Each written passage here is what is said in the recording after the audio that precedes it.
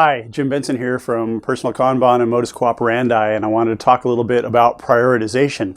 And I want to talk about it because it always comes up. So whether Tony Ann and I are speaking, whether we're teaching, whether we're working with clients, the conversation always turns to prioritization. How do I take all these options that are available to me and pick the one to work on right now? And unfortunately, prioritization is rarely a problem on its own. It's usually a symptom of other problems. It's a symptom of big batches. It's a symptom of siloing. It's a symptom of not understanding what your capacity is. So we'll start with the last one. If you don't understand what the capacity is of your teams or of your people, then you can't possibly prioritize work for them because you don't know how much work they can handle. What ends up happening is, going to the batch sizes, is we make these great big projects, also politics, and those great big projects get assigned to people with unreasonable deadlines, and then they are a priority. But there's another priority right behind them, so they can't be late. But the work could never be completed in that much time anyway, both because we didn't understand how fast the team could work, but we probably also didn't understand the problems that they would run into.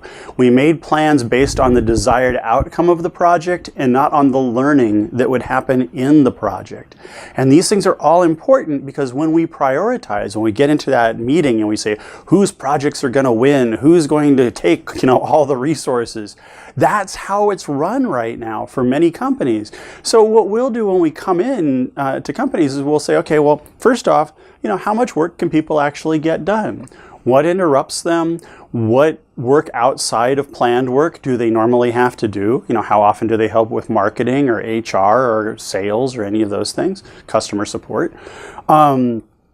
Where do interruptions come from? Are those interruptions valid? So we actually have to understand the team and the people in the team and how they're being used right now. So in Lean, we would call that the current state. We would want to find out the current state and the current capacity of the people who are working. Then we can talk about the options that are available to us. And when we talk about those options, we don't say how big can the project be, because that's like how big can we fail? But it's what are our goals for these projects and what are our options within those goals to move the needle to get to whatever our goal is, raise sales by 10%, launch this product, deal with these customers, whatever it might be. So we have to understand the goals. We have to understand how those goals are measured, and then we have to understand the system that all of that is plugging into. And if you don't do that, then you don't understand the system that you're working with, and then you can't prioritize. What you'll end up doing is you'll end up frustrating everybody because you'll always select too much work that has to be done this year, and you'll bloat the projects.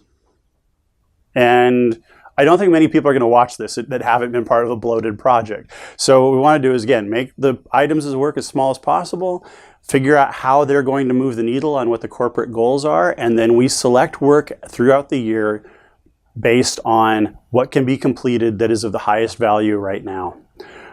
So not a quick solution for prioritization necessarily, but a better understanding of what prioritization means and at least how we deal with it. So see you next time.